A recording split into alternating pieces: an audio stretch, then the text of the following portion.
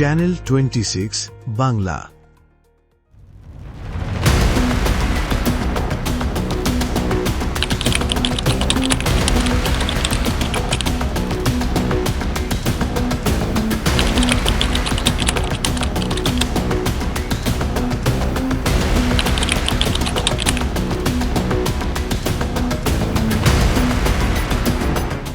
নারায়ণগঞ্জের সোনারগাঁওয়ে শারীরিক প্রতিবন্ধী অটোরিকশা চালক সোহেল হত্যাকাণ্ডের রহস্য উদ্ঘাটন করেছে police bureau of investigation PBI.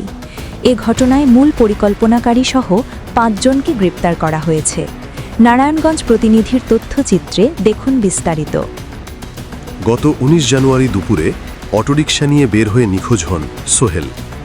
পরদিন সকালে সোনারগাঁওয়ের জামপুর ইউনিয়নের মুছারচর এলাকা থেকে স্কচ টেপে মোড়ানো অবস্থায় তার মরদেহ উদ্ধার করে পুলিশ।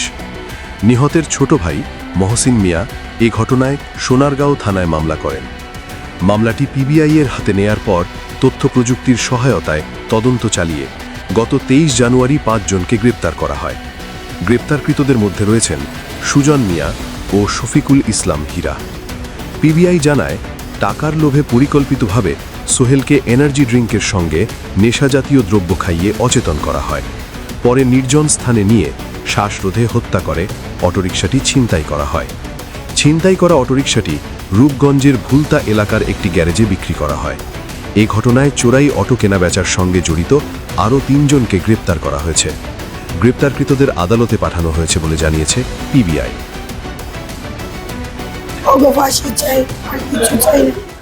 আমার স্বামী প্রতিবন্ধী, আর নিজে কর্ম করে খাইতো, কেউ কাছে 10 টাকা হাত পাতত না। সরকারের কাছে আবেদন, আমার কোনো সন্তান নাই, ছেলে নাই, আমার স্বামীর ইনকাম দিয়ে আমার সবকিছু চলতো, সংসার চলতো। মুছারচর এলাকার রাস্তার ঢালে মোহাম্মদ সোহেল নামে একজন প্রতিবন্ধী অটোরিকশা চালকের স্কচ টেপ মোড়ানো মৃতদেহ পাওয়া যায়। অটোরিকশা চালককে তারা হত্যা করে অটোরিকশা কিন্তু তারা বিক্রি করে। তো আমরা এই বাকি 3 জন যারা অটোরিকশা কিনেছে তারা এই হত্যাকাণ্ডের পরিকল্পনার সঙ্গে জড়িত কিনা এই বিষয়টা আমরা যাচাই বাছাই করছি। এবং তারা পূর্বে ওই ভুলতা, গাউসিয়া, রূপগঞ্জ এবং সোনারগাঁও এলাকায় আরো পূর্বেকার যে অটোরিকশা ছিনতাই বা এরকম অটোরিকশা ছিনতাই করে ঘটনায় হত্যাকাণ্ড, এগুলো হত্যাকাণ্ডের সঙ্গে জড়িত কিনা এই বিষয়গুলো আমরা যাচাই বাছাই করছি এবং তাদেরকে জিজ্ঞাসাবাদ অব্যাহত আছে।